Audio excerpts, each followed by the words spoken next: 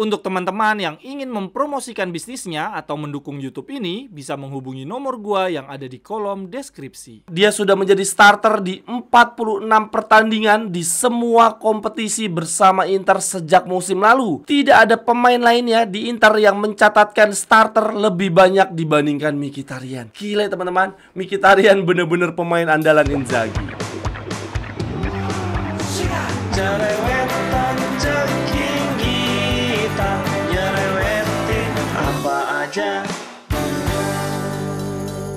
Teman-teman yang sedang kalian saksikan saat ini adalah Cerewetin Inter. Apa kabar teman-teman semua? Semoga dalam keadaan sehat. Selamat memulai pekan yang baru. Ini akan menjadi pekan yang menyenangkan karena tim kesayangan kita menang ya di Giornata 2 ini atas Lecce di San Siro.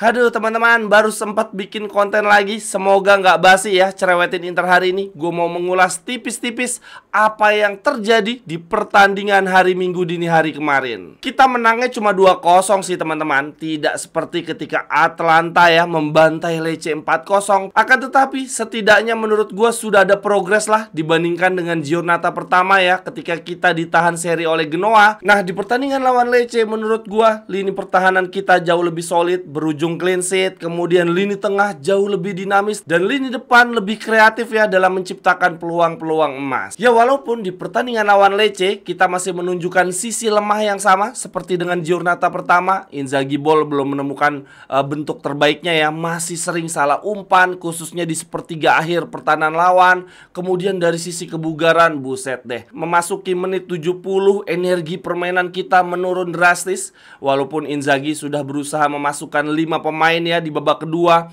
Dumfries, Aslani, Fratesi, kemudian ada Augusto dan Arnaud Taufik masuk. Ekspektasi gue teman-teman, ketika skuad kita dalam, pemain-pemain cadangan kita berkualitas, ya harapannya kita bisa bermain ngotot selama 90 menit. Walaupun Inzaghi sudah memasukkan 5 pemain baru, tapi terlihat banget lah energi kita drop banget. Gol pertama di pertandingan lawan Lecce teman-teman lahir melalui serangan di sisi sayap ya. Di Marco crossing disundul oleh Taremi yang menjadikan assist bagi sundulan Darmian. Lalu kemudian gol kedua kita melalui titik putih ya, dicetak oleh Hakan Calhanoglu. Wah gokil, penalti dia rekor 100%. Penalti ini didapat setelah Marcus Thuram ditarik oleh bek Lecce di kotak penalti. Nah yang menarik teman-teman, dari eksekusi Calhanoglu ini terlihat di samping ada Marcus Thuram sudah mengangkat tangannya ya. Dia selebrasi, sangat yakin bahwa Calhanoglu akan melesatkan gol. Nah Lecce teman-teman, sepanjang 70-75 menit pertandingan mereka sangat kesulitan dalam membongkar pertahanan Inter. Tetapi 10-15 menit terakhir ketika fisik pemain Inter jeblok, buset, tiba-tiba yang tadinya Sommer udah mulai kelihatan chill Netflix-an sambil makan mendoan ya di mistar gawang, langsung sibuk ya di 10-15 menit terakhir Lecce banyak melakukan tembakan-tembakan berbahaya. Kalau dilihat dari sisi statistik pertandingan teman-teman, ini unik banget ya. Penguasaan bola Inter unggul jauh 62%. Tetapi kalau dilihat dari jumlah shotnya berimbang ya, Inter total shotnya 11, sedangkan Lecce 10, cuma beda 1 teman-teman. Padahal penguasaan bola mereka 38%. Nah, yang bikin menarik lagi ternyata jumlah shot on target Inter lebih sedikit dibandingkan Lecce. Inter shot on targetnya 3, sedangkan Lecce 4 teman-teman. Nah, ini 4-nya terjadi di menit-menit akhir pertandingan.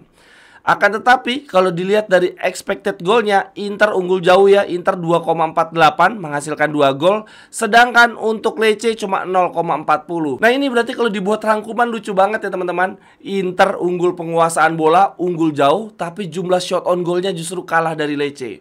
Nah walaupun jumlah shot on goalnya kalah dari Lecce, expected goalnya lebih besar. Artinya shot on goalnya Inter itu sangat emas ya, sangat besar peluang untuk menjadi gol. Sedangkan dari Lecce, walaupun shot on goalnya lebih banyak berjumlah 4, tapi ternyata peluangnya tidak emas-emas banget ya. Ini bahkan expected goalnya nyaris 0. Dan dengan kemenangan ini teman-teman, Inter kini mengumpulkan 4 poin, jumlah poin yang lebih banyak dibandingkan tim yang akan kita hadapi di Giornata berikutnya, yaitu Atalanta.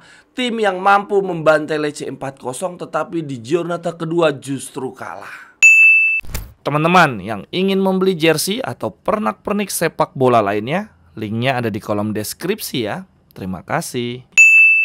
Pertandingan lawan Lecce yang pertama gue berikan kepada kakek Mkhitaryan yang berusia 89 tahun teman-teman. Dia bermain 90 menit. Ini gila sih Inzaghi. Dia nggak ada takut-takutnya yang masuk ke penjara, dituntut karena mengeksploitasi tenaga kerja manula. Gimana ceritanya? Barella dan Calhanoglu yang usianya lebih muda justru ditarik di pertengahan babak kedua, sedangkan Mkhitaryan dibiarkan terus berlari ya di lapangan. Dan bahkan ini menurut data, Mkhitaryan adalah pemain Inter yang paling banyak berlari di pertandingan lawan Lecce, 11,4 kilo teman-teman. 5 pemain yang paling banyak berlari mengcover lapangan di pertandingan lawan Lecce: Mkhitaryan, Pavard, Taremi. Ada Acerbi yang usianya 92 tahun teman-teman. Lalu ada Bastoni, Sinting, Mkhitaryan, dan Acerbi yang usianya paling tua ya di skuad, tapi ternyata justru paling banyak lari mengcover lapangan. Nah, yang uniknya lagi, 3 center back kita masuk ke urutan 5 besar ya. Ada Pavard, Acerbi, Bastoni. Gila, ini 3 center back kita berarti mobile banget ya. Sangat dinamis mengcover lapangan. Untuk performa Mkhitaryan sendiri teman-teman di pertandingan lawan Lecce, menurut gue sudah lebih baik dibandingkan dengan performa di Giornata pertama ya ketika lawan Genoa. Akan tetapi ya dari sisi kualitas dibandingkan dengan musim lalu masih jauh lah. Entah karena memang dia belum menemukan performa terbaiknya atau jangan-jangan sudah menurun ya, ini sudah mentok. Nah, kalau ini sudah mentok, ini adalah performa terbaik Mkhitaryan. Harapan gua semoga Inzaghi di pekan-pekan berikutnya naruh Zielinski aja lah sebagai starter, lalu Mkhitaryan bisa masuk di babak kedua. Nah, ini ada data fakta menarik lainnya tentang Mkhitaryan teman-teman. Dia sudah menjadi starter di 46 pertandingan di semua kompetisi bersama Inter sejak musim lalu. Tidak ada pemain lainnya di Inter yang mencatatkan starter lebih banyak dibandingkan Mkhitaryan. Gila teman-teman, Mkhitaryan bener-bener pemain andalan Inzaghi. Lalu kemudian catatan yang berikutnya gue berikan kepada Darmian, yang sama seperti Mkhitaryan, penampilannya jauh lebih baik dibandingkan dengan performa di partai lawan Genoa. Kalau waktu di partai lawan Genoa menurut gue 3 penampil terburuk adalah Sommer, Mkhitaryan, dan Darmian. Nah, untuk Darmian mencetak salah satu golnya ya teman-teman. Dan bahkan Darmian terpilih menjadi pemain terbaik di partai lawan Lecce. Salut sih buat Darmian, salah satu pembelian terbaik di era Suning ya teman-teman. Pemain yang selalu memberikan segalanya, bisa bermain di semua posisi dan low profile banget, nggak banyak gaya. Gue suka banget Darmian. Ya, tapi sekali lagi harapannya di pekan-pekan ke depan Darmian jadi cadangan aja lah. Lebih baik yang menjadi starter adalah Dumfries. Lalu kemudian lanjut catatan yang berikutnya tentang penalti teman-teman. Penalti di partai lawan Lecce adalah penalti ke-20 Inter sejak musim lalu. Dan dari 20 penalti tersebut Inter cuma gagal 2 kali. Tebak siapa pemain yang gagal mengeksekusi 2 penalti tersebut? Betul, Lautaro Martinez. Sedangkan untuk 18 eksekusi penalti lainnya dicetak oleh Hakan, Lautaro, dan juga Alexis Sanchez sejak musim lalu. Sedangkan untuk Hakan Calhanoglu teman-teman, penalti kemarin adalah penalti ke-17 dirinya ya selama di Serie A, dan semuanya berujung gol. Dan ternyata dari sisi statistik teman-teman, kalau dilihat dari musim lalu di 5 liga besar Eropa, Hakan Calhanoglu adalah pemain yang paling banyak mencetak gol dari titik putih, yaitu sejumlah 11. Nomor 2-nya adalah Cole Palmer dengan jumlah 9 gol. Lalu lanjut catatan yang berikutnya, gue berikan kepada Marcus Thuram yang tidak mencetak gol di Giornata 2 ini teman-teman. Tetapi setidaknya ada satu pergerakan dia yang berujung penalti.